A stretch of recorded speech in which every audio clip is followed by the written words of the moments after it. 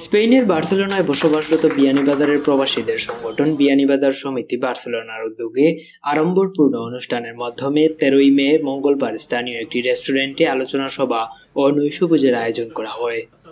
এতে সংগঠনের সাধারণ সম্পাদক মতিউর রহমানের সঞ্চালনায় ইকবাল বকশির সভাপতিত্বে উপস্থিত ছিলেন সমিতির উপদেষ্টা রফিক উদ্দিন, সেলিম আহমদ লালন, গ্লোবাল জালালাবাদ অ্যাসোসিয়েশনের স্পেনের সভাপতি আমিন আলী রফিক, বিজনেস অ্যাসোসিয়েশনের সাধারণ সম্পাদক জসিম উদ্দিন, বিয়ানীবাজার পৌরসভা ওয়েলফেয়ার ট্রাস্টের সভাপতি আলিম উদ্দিন, বার্সেলোনা মুসলিম কমিউনিটি অ্যাসোসিয়েশনের সভাপতি ওয়াহিদুর রহমান শিপলু, মাতেউরা ইউনিয়ন উন্নয়ন সংস্থার সভাপতি নূর জামান আলী, পৌরসভা ওয়েলফেয়ার ট্রাস্টের সহসভাপতি আইনুল ইসলাম, মাতেউরা ইউনিয়ন উন্নয়ন সংস্থার উপদেষ্টা আকবর হোসেন ও পৌরসভা ওয়েলফেয়ার ট্রাস্টের উপদেষ্টা আবুল খায়ের।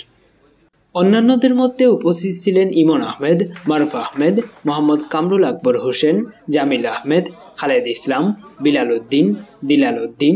আব্দুল হামিম বুলবুল, কবির আহমেদ, মোহাম্মদ আবদুল্লাহ, মিজানুর রহমান, সাব্বির আহমেদ, আব্দুর রহমান, এবাদুর রহমান জাকির, ইমরান, হাবিব, আব্দুল খালেক, জাকির হোসেন, এমদাদ জাকির, সাইদুল ইসলাম, মইনুল ইসলাম, খালেদ আহমদ, আবেল আহমদ, রোহেল আলম, সাব্বির আহমেদ সেনাল সহ আরো অনেকে।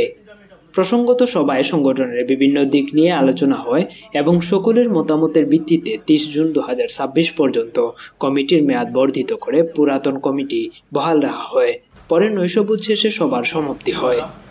যেটা হচ্ছে আজকে আমাদের সভাপতির পক্ষ থেকে